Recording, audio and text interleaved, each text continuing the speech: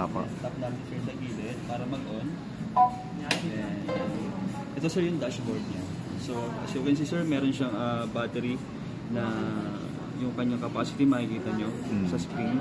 At the same time, yung ilaw niya, pwede nyo siyang i-customize gamit yung ating mobile phones. Apo. Connected via Bluetooth. May app din po siya. May app siya. Galing yes, tama. Gogoro app. Then, dito sir sa battery capacity natin sir, makikita natin yung range distance na pwede niyang takbuhin. Kilometers po yan? Yes sir, 109 kilometers. Pero, sorry, akala ko 1092, hindi pala. Bali, umaabot siya sir ng 150. 150 kilometers maximum sir yun. Depende sir sa riding behavior natin. Apo. So dito naman sir, kompleto siya sir ng mga buttons.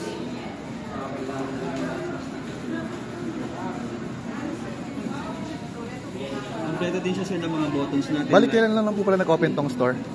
Actually, nag-start kami sir sa World 20. September 29, nag-launch siya last month. Matagal na rin po pala. Media launch last month, and then official launch natin is last November 7.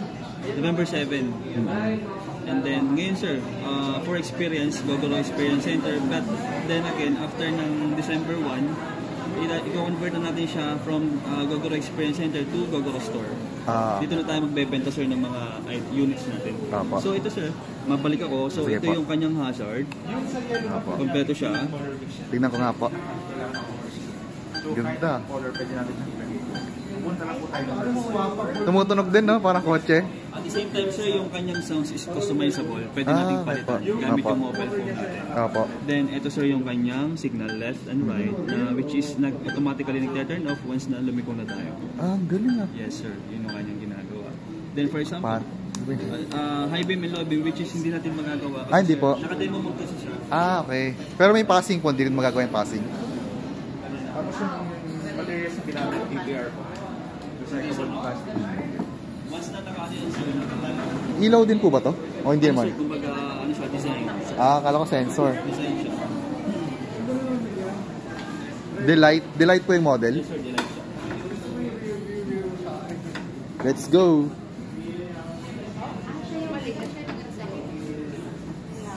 Bali, hindi pa naman po ito yung flagship model, no? Hindi pa siya. Kumbaga isa siya sa mga ano natin, kumbaga nasa mid-range natin dito. Then Paano po siya ibabalik? ganun din sir. Kasi sir. Ano lang siya? Okay. Okay. Then ito sir, kung hindi kayo sa kamay. Galing na. Collapsible cup holder. Cup holder. May cup holder siya. Which is, kung mapapansin niyo sir, ito, yung kanyang pinaka Material. Rubber ba to? ano siya, ultra push.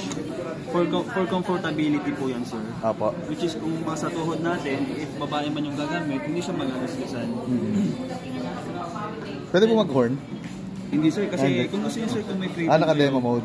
Naka-demo mode kasi kung may free time kayo sir, pwede tayo mag-book ng test ride para mag-try nyo. If may free time kayo sir. Okay, Free naman po yun.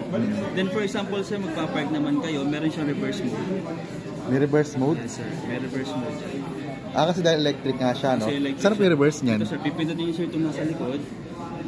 May reverse mode. Reverse mode yan sir. Reverse mode. Then meron din siyang walking mode sir. Walking mode? Walking mode. So ang gagawin nyo, ipe-press nyo lang ito ng matagal.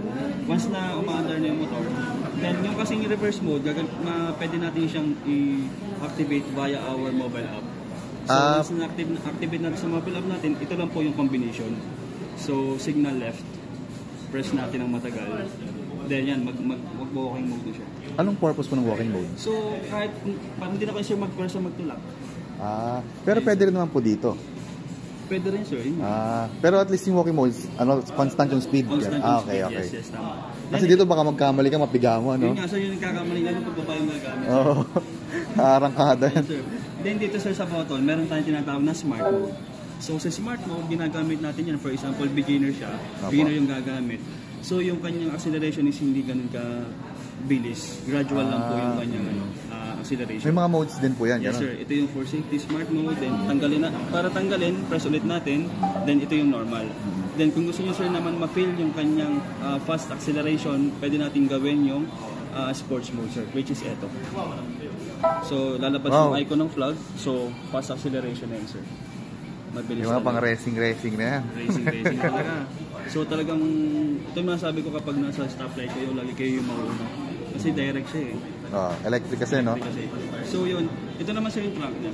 Sige po. Paano niyo po binuksan yung trunk? Ito sir. Electric din? So ito siya. Pindutin natin sa, dalawa sa yung way. Pwede dito sa button and pwede rin sa smartphone natin. Okay po. Then, ito naman Ito yung battery in cell niya, no? Yes sir, ito yung battery niya, dalawa. Which is, each of them, yung bigat niya sir is 9 kg. So kaya naman sir, kasi hindi naman everyday kayo mag-charge. Opo. Then ito naman sir yung kanyang May ilaw. UV trunk light. Yes, Galing, para easily visible sa atin yung mga gamit natin sa loob. Opo. And then, Dito po charge tama ba? ito naman sir yung kanyang fragrance diffuser. So, still fresh pa rin yung mga gamit ko sa loob. Pag nandyan. Then, ito sir yung cellphone. Kaya may cellphone kasi para makita. Cellphone niyo po yan? Hindi sir, sa company. Sa company sir. Demo phone sige nga sir, demo niyo nga po. So, ito sir yung ating app. So, Gogoro app. Opo. Gogoro app. Open natin. Then, already connected na po kasi yun sa ating scooter. Then, ito siya. Pwede natin siyang buksan yung trunk. Galing Yes. Pero kailangan po ng ng data, hindi naman. Sir, Bluetooth lang. Bluetooth lang. Bluetooth lang. Galing. Also, may GPS na siya. Then, pwede natin siyang i-lock. And unlock.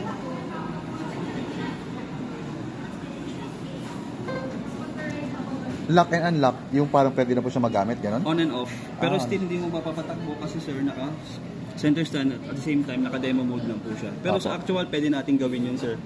Then, ito sir, regarding naman sir sa ating tawag dito, dashboard lights. So, pwede natin siya i-customize. Punta tayo sa dashboard.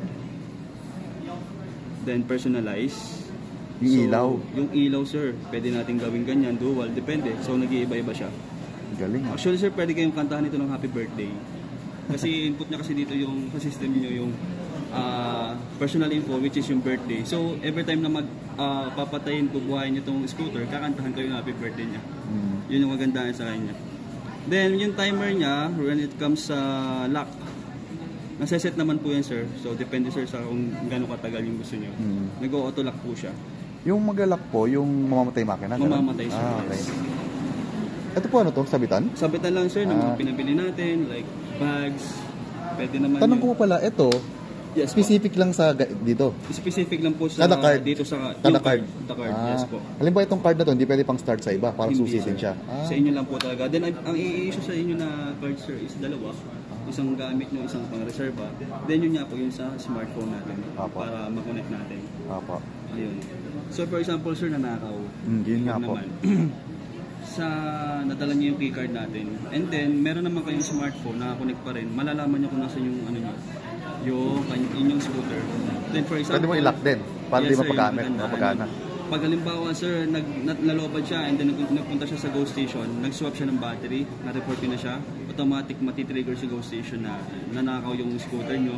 Ang mangyayari doon, pag naglagay siya ng battery doon para mag-swap, hindi na po lalabas yung battery. So, lock na siya. Parang ma-report na stolen, parang gano'n? Stolen, yes. Okay, galing. Stolen, yes. Ayun po. Ano ba pa? Yun lang naman po. Then, meron siyang regenerative braking system, which is eto. Meron na siya sa screen, which is kapag, for example, lagi tayong na-membreno or naka-stop, yung battery, sir, Nag-charge. para nagre-recharge siya, nagre-regenerate. May video na rin po ba sa YouTube to? Wala pa Yes, sir, sa ibang bansa. Pero meron, sir, tayo sa meron tayong review kay... Nag-vlog na, may nag-vlog yes, na. marami tayong influencers sir na punta. Pwede mo bigayin? Wala sir, hindi Hindi, okay lang po. Tinetesting ko lang yung sige, biga. sir.